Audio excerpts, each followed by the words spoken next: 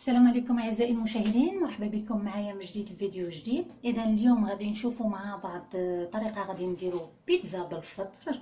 اذا هنايا هاد المقادير اللي غادي نحتاجوها في وصفتنا تاع اليوم تاع البيتزا. غادي نحتاجوا عجينه البيتزا اللي غادي نخلي لكم رابط الفيديو اسفل في صندوق الوصف، لاني ما درتهاش مع بعض باش ما يطولش علينا الفيديو. غادي نحتاجوا هنايا بالنسبه لي اليوم غادي نستعمل هذا الحشوه هنايا.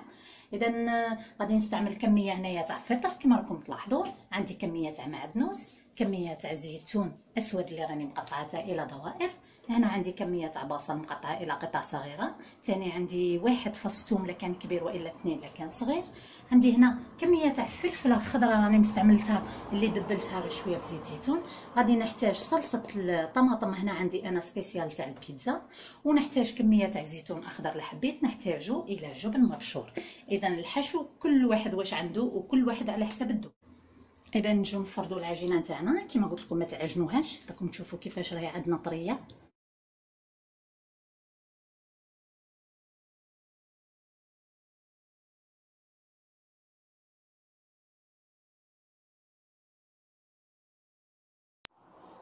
اذا كما راكم تلاحظوا حطيتها هنايا في الصحن تاعي هذا الدائري وقطعت الزايد.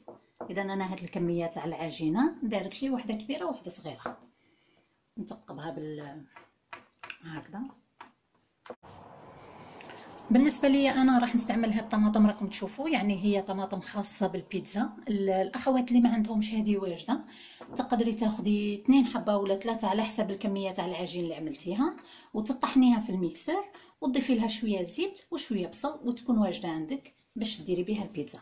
اذا انا مرات نستعمل هذه يعني واجده.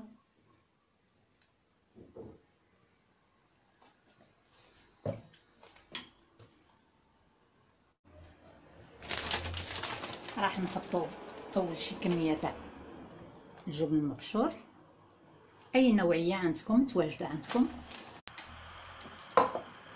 نحطو كميه تاع الفلفل، نحطو كميه تاع بصل، شويه ثوم يعطيها ذوق هايل ثاني، كميه تاع فلفل اللي انايا اليوم فضلت اني ندبلها في شويه تاع زيت زيتون وشويه ملح.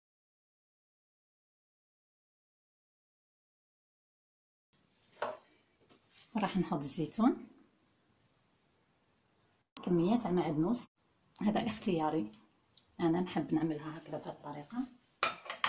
راح نرش قليل من الملح لانه الفطر تاعنا ما فيهش الملح، وقليل من الفلفل الاسود، رشه خفيفه. ونعاودو نكملو بكميه تاع الجبن.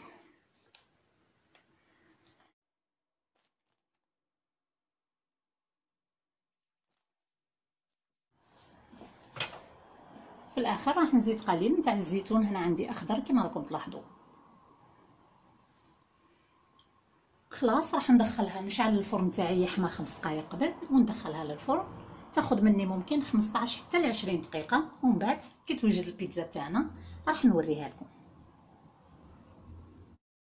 كما راكم تلاحظوا اعزائي المشاهدين، هي البيتزا نتاعي بعد ما وجدت وطلعناها من الفرن. راح نقطعها قدامكم ونحطها هنايا كما راكم تلاحظوا في الصحن النهائي. وصفه تجي جدا طيبه. العجينه تاعها كما راكم تلاحظوا خفيفه بزاف وهشه بزاف، والذوق تاعها اروع، يعني بحشوه ما فيها لا لحم لا دجاج لا كفته. لكن صراحه من تجربوها راح تعجبكم بزاف، تجي اطيب من اللي نشروها من المحلات تاع برا. نتمنى انه هذه الوصفه تاع اليوم تعجبكم وتجربوها. ما تنسوش الاشتراك والاعجاب في القناه، ونقول لكم بالف صحه وعافيه، والى اللقاء للجميع في فيديو جديد ان شاء الله.